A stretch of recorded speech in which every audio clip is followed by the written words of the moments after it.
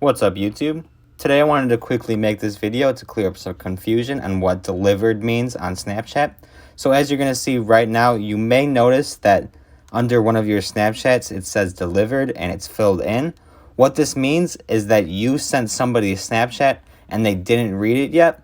Something different would pop up if they read it, but if it's filled in and it says delivered, that means that they didn't read it yet and you sent it to them.